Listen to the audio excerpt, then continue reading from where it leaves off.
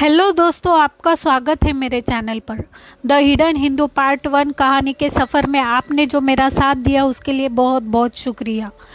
आशा करती हूँ कि आगे के पड़ाव में भी आप मेरा इसी तरह साथ देंगे। पहले पड़ाव में हमने जाना कि ओम शास्त्री जो एक अघोरी है, जो 2020 में सामने आया, जो खुद को सतयुग से जिंदा बताता है और खुद को विदुर और सुषेण भी बताता है। तो उसके साथ आगे क्या हुआ, चलो जानते हैं इस एडवेंचर भरे सफ़र में। हिंदू पार्ट 2 चैप्टर 1 विलुप्त प्राणियों का नगर। पृथ्वी काफ़ी समय से रोज द्वीप पर घटी घटनाओं का वर्णन कर रहा था। मृत संजीवनी की पुस्तकों की पूछताछ के लिए ओम का अपहरण होना, ओम के अतीत का रहस्य खुलना, अश्वत्थामा एवं परशुराम का लौट आना, नागेंद्र के साथ उनकी शत्रुता और परिमल तथा एलएसडी की वास्तविकता, जो अब तक एक भारतीय इतिहास के प्रोफेसर और एक हैकर के वेश में छिपे हुए थे कि वे दोनों नागेंद्र के सिपाही थे। ये सारी बातें पहले से ही मिसेस बत्रा के मन में घूम रही थी। इससे पहले कि वे इन सारी बातों को समझ पाती, पृथ्वी के बताए नए रहस्य ने उनके मन में प्रश्नों का एक और पहाड़ खड़ा कर दिया।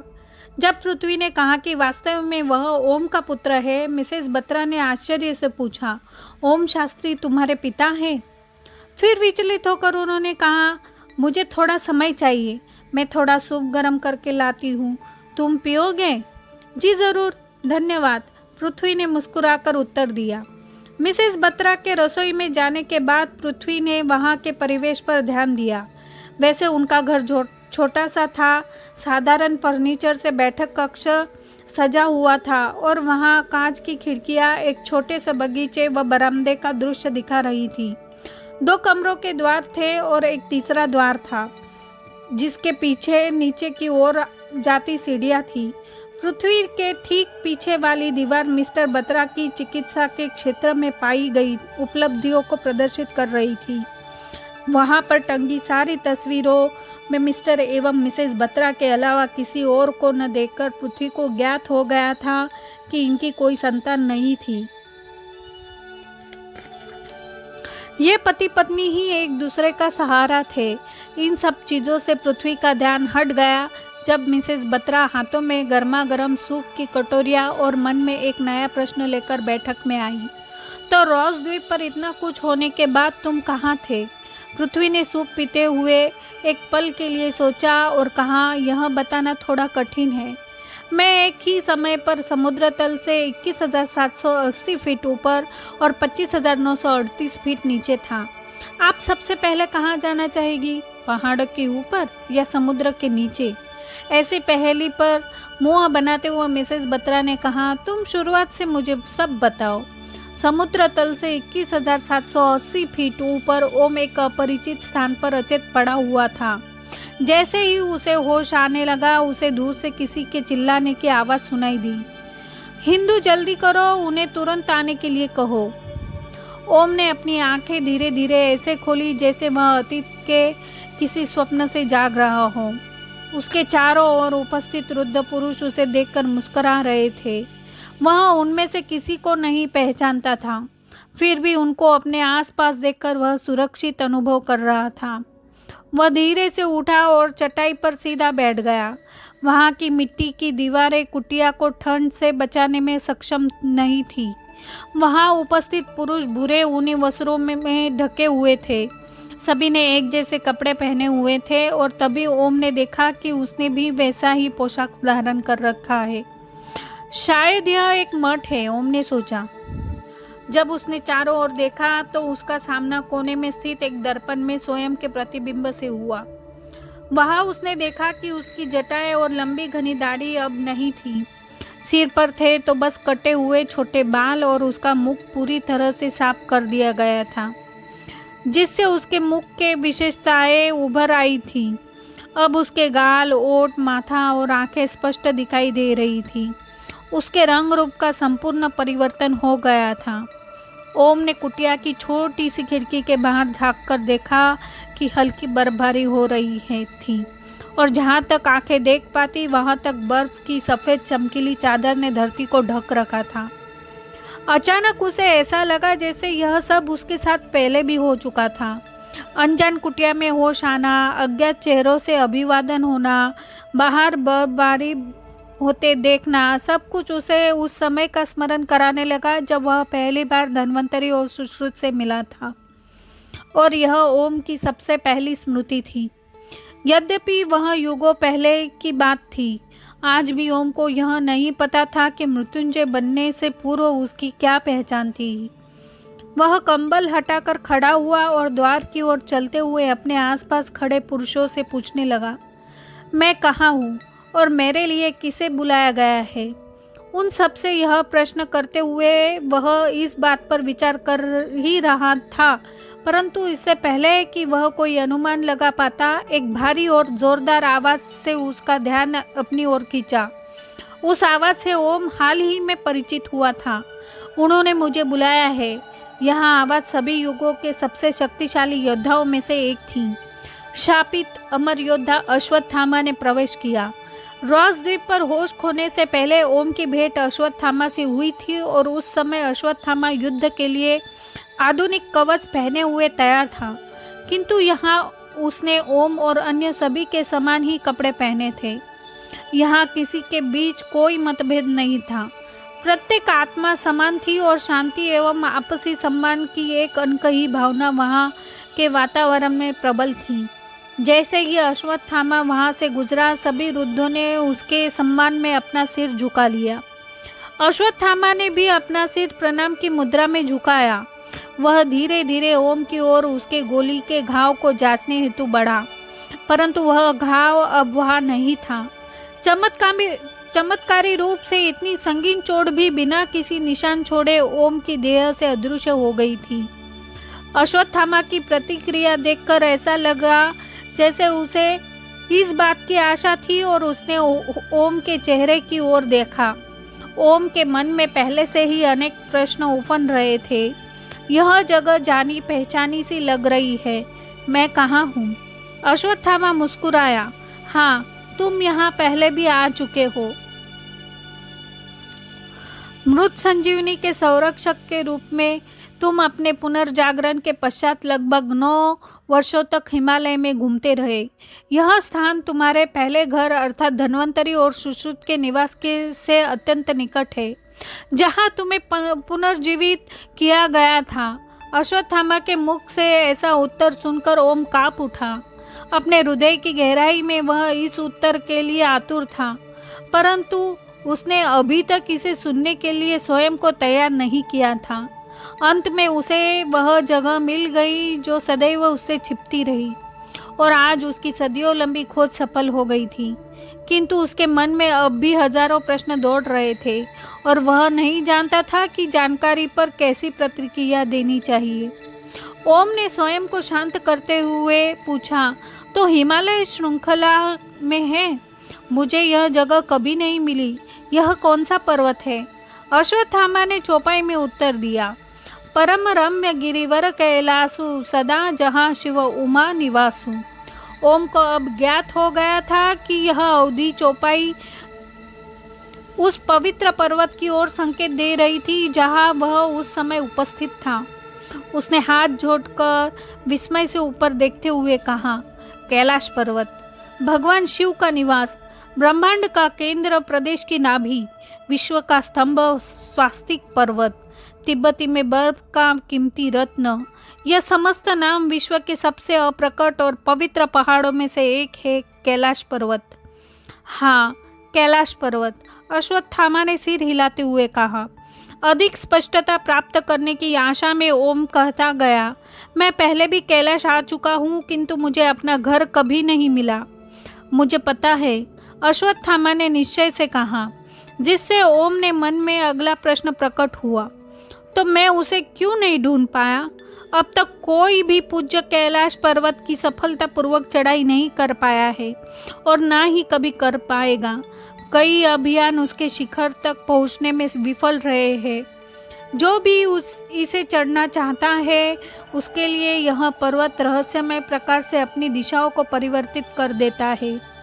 इसे धुरी मुंडी माना जाता है। शाब्दिक रूप में कहे तो विश्व की धुरी। जो पृथ्वी, स्वर्ग और नरक के बीच, भौतिक और आध्यात्मिक संसारों के बीच संबंध प्रदान करती है। ओम ने उत्तेजित स्वर में कहा, हाँ, मैं जानता हूँ कि कैलाश पर्वत भगवान शिव और देवी पार्वती का निवास होते हुए सहस्राब्दियों से तीर्थ यात्रियों को अपनी ओर आकर्षित करता आया है। यह विश्व का ऐसा केंद्र है जहाँ स्वर्ग व पृथ्वी जुड़ते हैं और इसे हिंदू, बौद्ध तथा जैन धर्म के लोगों द्वारा पवित्र माना गया है।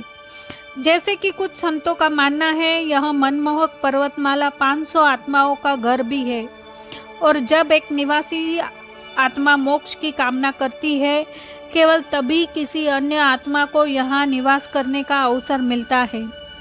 हाँ, और उनमें से कुछ पवित्र आत्माएं अभी तुम्हारे साथ यहाँ उपस्थित हैं। अश्वत्थामा के उत्तर ने ओम की उन बातों की पुष्टि कर दी जिन्हें वह आज तक केवल मिथक समझ रहा था। ओम ने तपस्वियों के समूह को और उनके चेहरों को शांत मुस्कान की धीरज से देखा। व्यापक रूप से मानी जाने वाली समस्त दंत कथाएं वास्तव में सत्य है। यह स्थान विलुप्त का नगर है, ज्ञानगंज। अश्वत्थामा ने पुष्टि की। ओम के विचारों की गति अनवरत थी। उसके लिए स्थिर रहना असंभव था और इसी कारण उसने फिर से अश्वत्थामा की बात काट दी।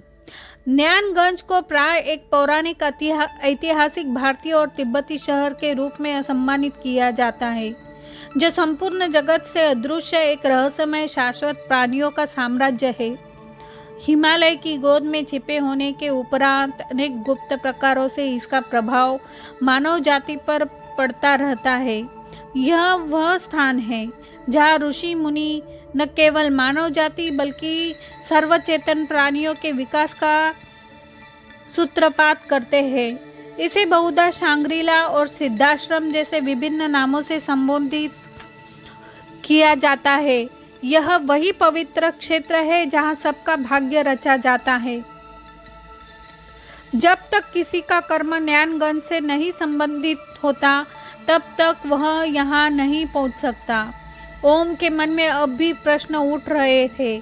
क्या यह सत्य है कि यहाँ मृत्यु का वास नहीं है और चेतना सदैव जीवित रहती है? अश्वत्थामा ने वही शब्द कहे जिन्हें सुनने की ओम पूरे जीवन प्रतीक्षा कर रहा था। जैसा कि मैंने कहा, ज्ञानगंज के बारे में तुमने जो भी मिथक सुने हैं वे सब सत्य है। ओम, अंततः तुम उसी कुल से संग हो जिसे तुम खोज रहे थे, परंतु मैं इतने वर्षों में इसे क्यों नहीं ढूंढ पाया? ओम को कुटिया के बाहर ले जाते हुए अश्वत्थामा ज्ञानगंज की मायावी प्रकृति की व्याख्या करने लगा। हमारा नगर एक आध्यात्मिक छलावरण है जिसका अस्तित्व वास्तविक के एक संपूर्ण अन्य क्षेत्र में है।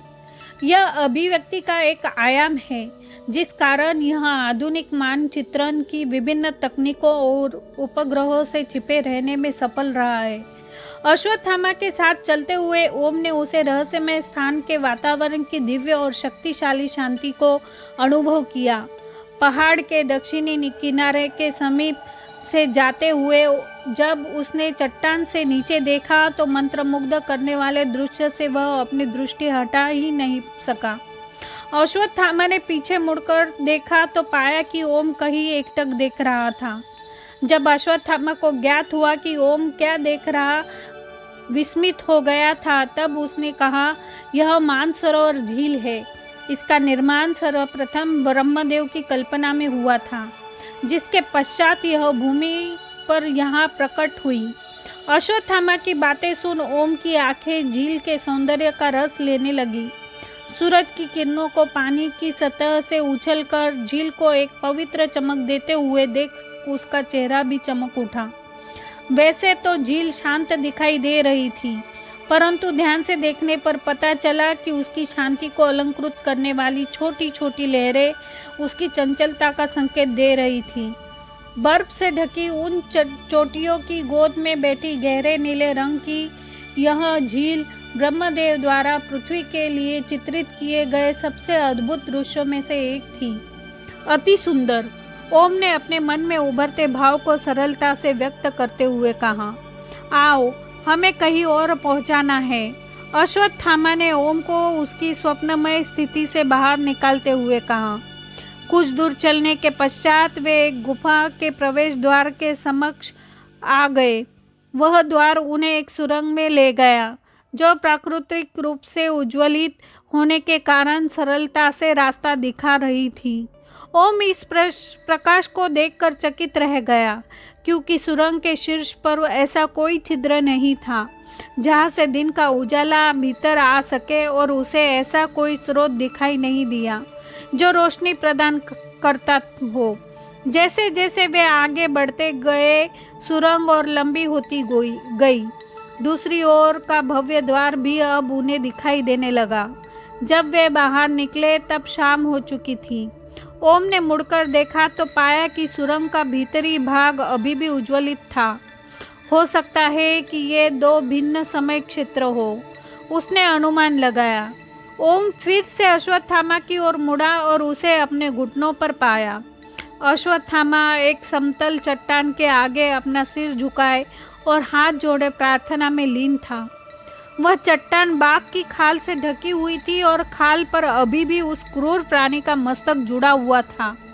उसके बगल में एक दिव्य नक्काशीदार एवं विशाल त्रिशूल गुरुत्वाकर्षण के नियमों को झुठलाते हुए भूमि के से ऊपर हवा में तैर रहा था, और उस तेजस्वी त्रिशूल की रक्षा में लगभग 40 फीट लंबा एक सर्प उसके समीप बैठा था।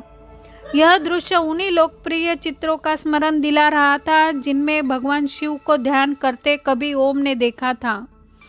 ओम को सदैव ऐसा लगता था कि ये चित्र भगवान शिव के भक्तों की कल्पना के अंश रहे होंगे, परंतु ऐसा नहीं था। वे सभी प्रामाणिक थे।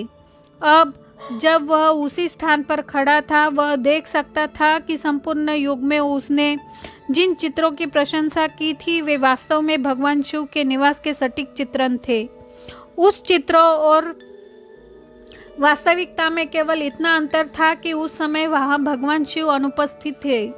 ओम जानता था कि वह स्थान वास्तव में शिव का निवास था, इसलिए वह अश्वत्थामा की प्रार्थना समाप्त होने की प्रतीक्षा करने लगा ताकि वह उसके विचारों की पुष्टि कर सके। ओम ऐसी शक्तियों के बीच उपस्थित था जो उससे भी बलशाली थी और जो निर्माण, विनाश एवं परिवर्तन की डोर प्रदान करते हुए संयुक्त रूप से ब्रह्मांड को जोड़ रही थी। यह प्रभावशाली ऊर्जा की लहरें जैसे उसे ढक रही थी और उसके कण कण को स्पर्श करते हुए पूरे ज्ञानगंज को ज्वलित कर रही थी। तभी एक विचित्र ध्वनि ने ओम का ध्यान भंग कर दिया। उसने मुड़कर देखा कि वह आवाज़ एक उड़ान रहित पक्षी की थी, जो अपने भूरे रंग के पंख फड़फड़ाकर अपने पीले पैरों को थपथपाकर चल रहा था। उसकी पूंछ पर पंखों का एक गुच्छा था और उसके धूमेल रंग के मस्तिष्क पर एक काली चोंच थी। वह पक्षी लगभग 1 मीटर लंबा था और उसकी चाल को देख ओम अनुमान लगा सकता था कि उसका वजन लगभग 15 किलो था। ऐसा प्रतीत हो रहा था कि यह वही पक्षी था जिसे पृथ्वी पर वर्ष 1662 के पश्चात फिर कभी नहीं देखा गया था। डोडो, ओम ने आश्चर्य से कहा। एक अपरिचित पुरुष को अपनी ओर घूरते हुए देख वह पक्षी झाड़ियों में छुप गया। ओम ने अश्वत्थामा को अभी भी अपने घुटनों पर अपनी आंखें बंद रखे पाया, इसलिए उसने स्वयं की उस पक्षी को और समीप से देखने का निर्णय किया जो सदियों पहले विलुप्त घोषित कर दिया गया था। अपने इतने विस्तृत जीवन काल में ओम ने अनेक पशु पक्षी देखे थे, जिससे वह अपने आसपास के अन्य प्राणियों को पहचानने और उनसे वार्तालाप करने में कुशल हो गया था। वह धीरे धीरे पक्षी की ओर बढ़ने लगा और उन झाड़ियों के पास खड़ा हो गया जिनमें वह छिप गया था। वहाँ उसने लगभग 2.5 फीट लंबा एक और विशाल उड़ान रहित पक्षी देखा। उसकी पीठ काली और पेट सफ़ेद रंग का था। उसकी चाल देखकर ऐसा प्रतीत हो रहा था जैसे उसकी बड़ी और काली रेखाओं से गढ़ी हुई चोंच उसके मस्तिष्क पर भार डाल रही हो। उसकी आंखों पर बनी हुई एक सफ़ेद पट्टी से वह नेत्रहीन जान पड़ता था, परंतु ध्यान से देखने के पर दिखाई देता था कि काले मोतियों के समान झिलमिलाती उसकी 2 आंखें भी थीं। उसके पंख लगभग 15 सेंटीमीटर लंबे दिखाई दिए, जिस कारण वह उड़ान नहीं भर सकता था। पक्षियों की एक और विलुप्त प्रजाति का यह सदस्य अंतिम बार वर्ष 1852 में देखा गया था, जिसे ग्रेट ओक कहा जाता था। ग्रेट ओक प्रतिभाशाली तैराक थे और पानी के भीतर शिकार करने में कुशल थे। डोडो की तरह उसने भी ओम की जिज्ञासा भरी दृष्टि को भांप लिया और उससे दूर चला गया। इतने कम समय में 2 विलुप्त प्रजातियों को देखकर ओम का आश्चर्य बढ़ता ही गया और इसलिए जिज्ञासा भरा मन लिए वह पक्षी के पीछे पीछे चल पड़ा। जब ग्रेट ओक ने एक चट्टान से छलांग लगाई तो ओम यकायक भूमि की छोर पर रुक गया। वहां किनारे पर जाने कहां से एक झील प्रकट हो गई थी, जिसे देख ओम सतर्कता से आगे बढ़ने लगा। वह झील इतनी शांत थी कि उसकी सतह किसी धातु की समतल और चमकती सतह से कम नहीं लग रही थी। आसपास के स्थान रिक्त होने के कारण वह और झिलमिलाती प्रतीत हो रही थी, जिससे वहां के वातावरण में एक अनोखी शांति थी। ऐसा अद्भुत दृश्य ने जैसे ओम की सांसें रोक ली हो। सूर्य की किरणें जैसे सीधे स्वर्ग से आते हुए झील के चेहरे पर एक सुनहरा रंग बिखेर रही थी, जिसे देखकर ओम ने धरती पर स्वर्ग का अनुभव किया। अब तो उसे शंका भी होने लगी कि वह पृथ्वी पर ही था या नहीं। उसकी शंका सत्य भी हो सकती थी। हो सकता था कि कैलाश पर्वत का वास्तव में भौतिक और आध्यात्मिक विश्व के बीच एकमात्र संबंध था। स्वयं की घोषणा पर ही ओम चकित रह गया। उसने पहले कभी इतनी गहन शांति और सुंदरता का अनुभव नहीं किया था। उसने अपनी आंखें बंद कर ली और वह नीरव वातावरण उसे अपने अंदर समेटने लगा। परंतु ठीक उसी क्षण किसी चीज ने धीमे से झील की शांति को भंग कर दिया, जिससे उसकी आंखें खुल गई। वह हलचल ओम से अधिक दूर नहीं थी। अब तक जो झील धातु के समान लग रही थी, अब वह जैसे पिघलने लगी और उसके नीचे से एक विशाल प्राणी प्रकट हुआ। उसकी लंबाई 40 फीट से भी अधिक और वजन हजारों किलो का प्रतीत हो रहा था। वह थी स्टेलर सी काऊ, एक विलुप्त शाकाहारी, जिसे अंतिम बार 17वीं शताब्दी के अंत में देखा गया था। इससे पहले कि ओम इन विलुप्त प्राणियों के इस जगह पर उपस्थित होने पर विचार कर पाता, उसने देखा कि सी काऊ के संग लगभग 20 फीट लंबी बाइजी सफेद डॉल्फिन का एक समूह भी झील का आनंद ले रहा था।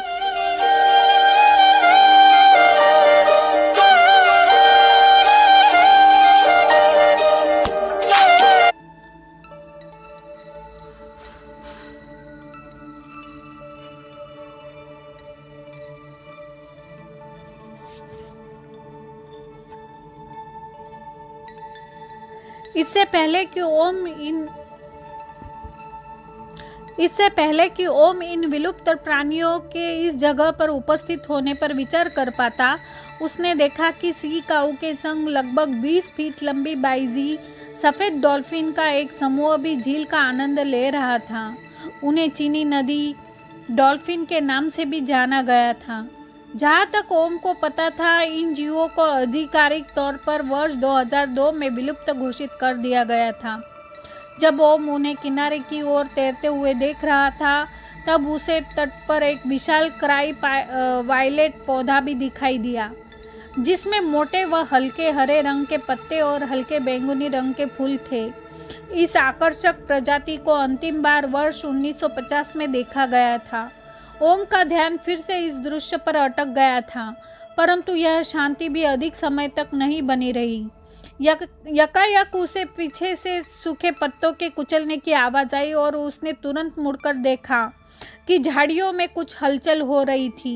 वे झाड़ियाँ थी कॉफिया लैम्बिनी की, जिसके पुष्प सफ़ेद रंग के और लंबी डाल पर कागजी छाल थी। उन्हें वर्ष 1907 के पश्चात कभी नहीं देखा गया था।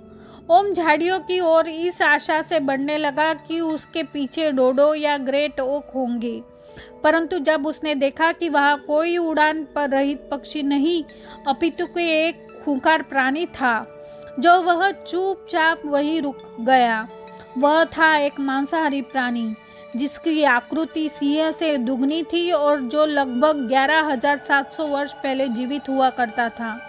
वह भव्य प्राणी बर्बर था, एक सेबर टूथ टाइगर। ओम को ज्ञात हो गया था कि अब वह एक शिकार बन गया था जिसे यह प्राणी सरलता से तितर बितर कर सकता था।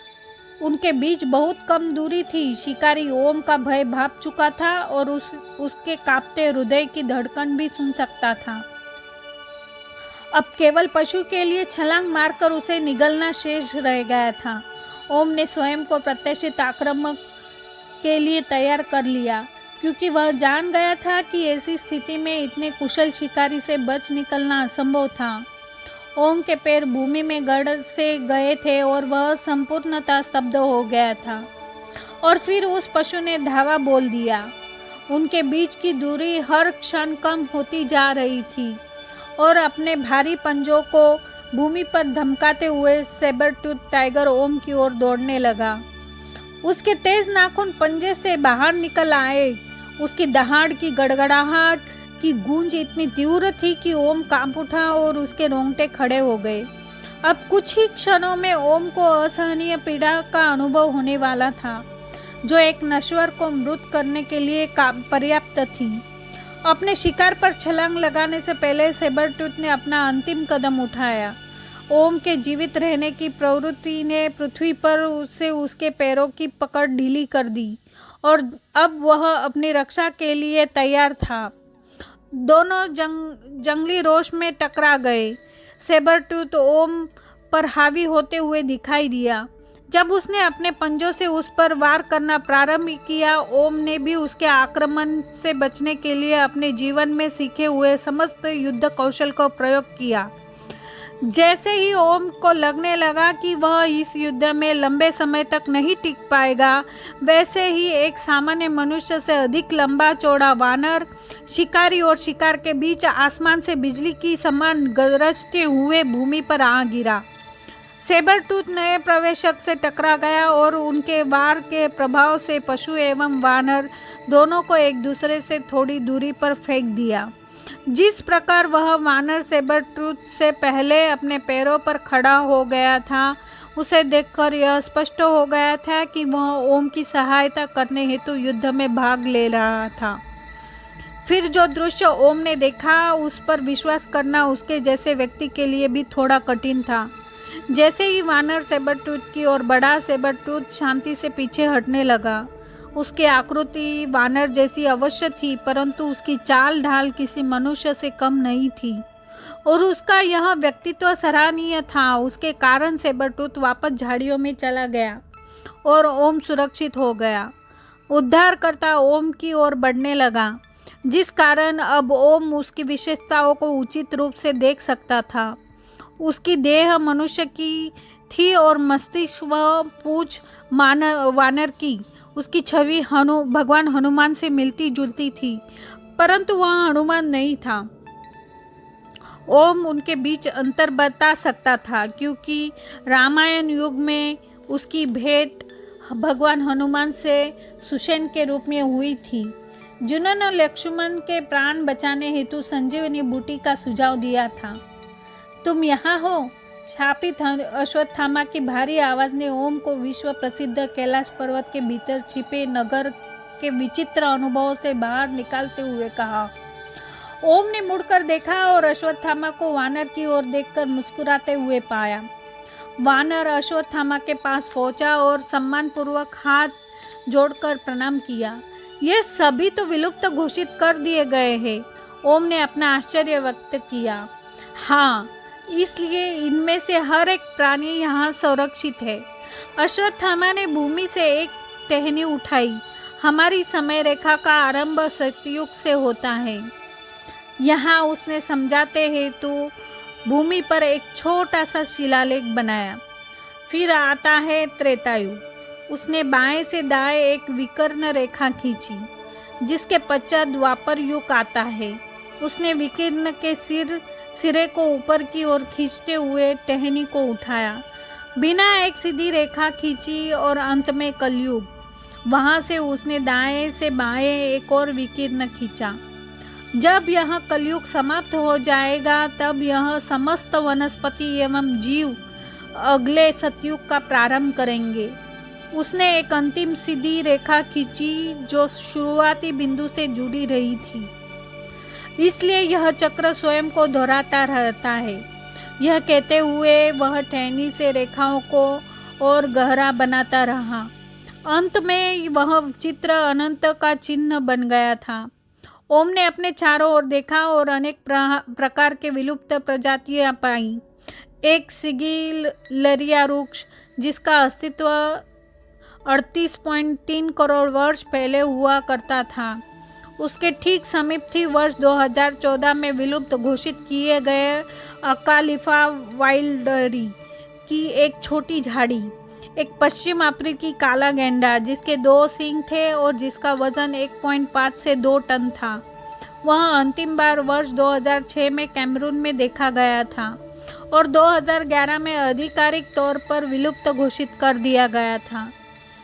पायरेनियन आइबेक्स जो मुख्य रूप से घास और जड़ी बूटी का सेवन करता है, उसकी प्रजाति के अंतिम सदस्य को वर्ष 2000 में मार दिया गया था।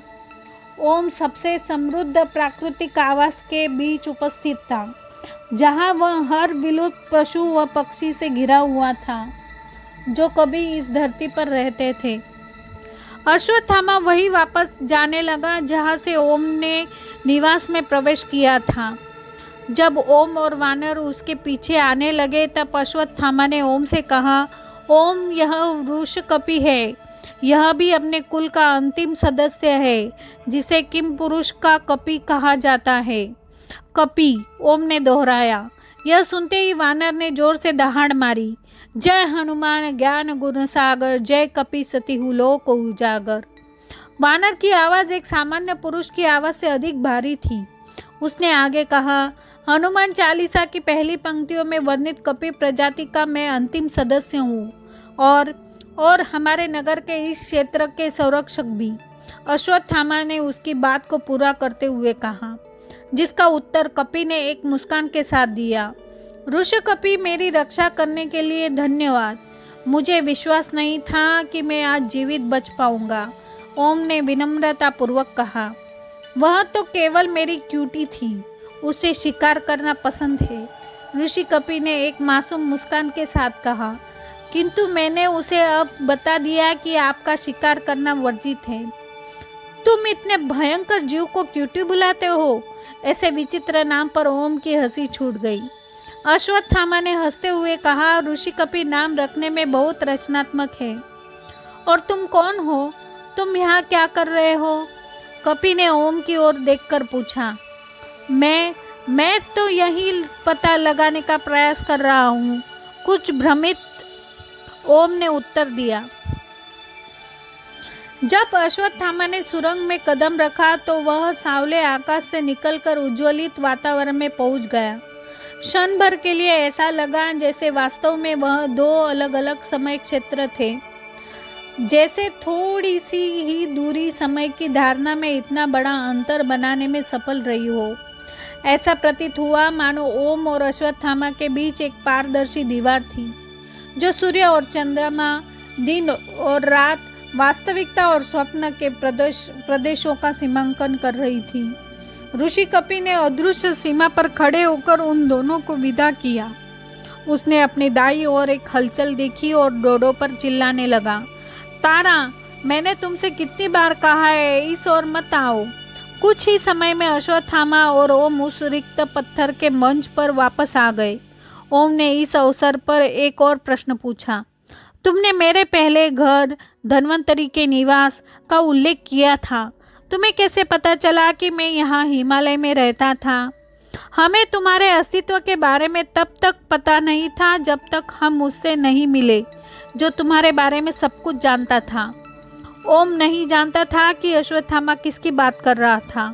उसके मुख पर चिंता देखकर अश्वत्थामा ने पूछा, क्या तुम उनसे मिलना चाहोगे?